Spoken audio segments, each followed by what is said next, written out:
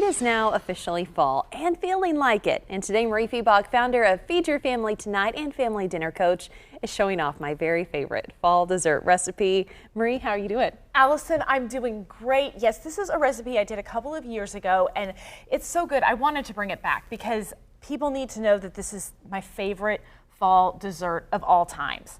And it's a baked apple. And I am using Honeycrisp apples today, but we were talking off air that you like to do it with Pink Ladies. And basically you're gonna slice the apple in half, and then you're going to take the seeds and any of the stem out.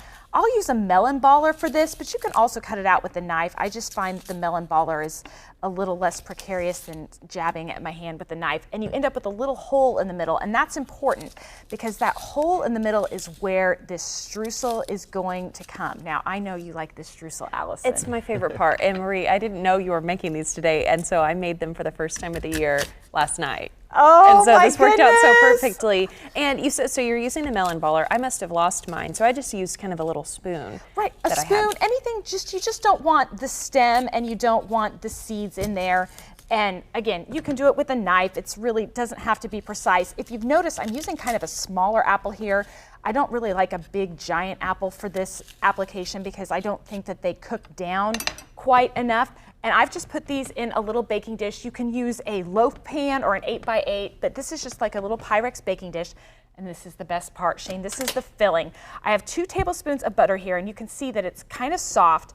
And I'm gonna add 1/4 cup of brown sugar, 1/2 teaspoon of cinnamon. And the cinnamon I use today is Ceylon cinnamon. It has a really strong cinnamon flavor, and I love it. And then 2 tablespoons of flour. This is white whole wheat, but you could use all purpose. It doesn't really matter. And a pinch of salt. And you really don't want to skip that salt because if you do, it's going to taste flat. And I just mash this together with a fork. And what happens is the butter is going to start making almost like a paste or a dough with this flour. And honestly, after with a fork, the best thing to do is get your hands in there. There's nothing quite like your hands for this particular recipe. Sometimes, you know, you just got to get your hands dirty in the kitchen. So this measurement is for 2 apples, and then this is a throwback recipe that you made on the show a few years ago. You can also make it for 4 apples? Right. Basically, you're doubling all of the filling ingredients for 4 apples. And so I have it listed as 2, and my throwback recipe, I have it listed as 4. And then I'm adding 1/4 cup of chopped walnuts. Now, if you're not a fan of walnuts, you could use pecans, or you could just eliminate the nuts altogether.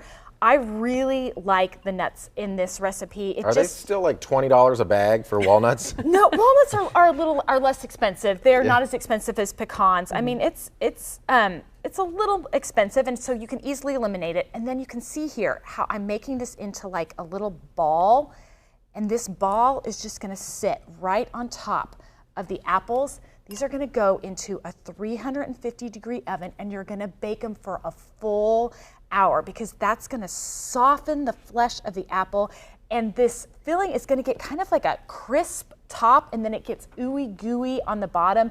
And friends, this is so good. You can eat it for dessert. If you want to get fancy, you could add a little whipped cream or vanilla ice cream.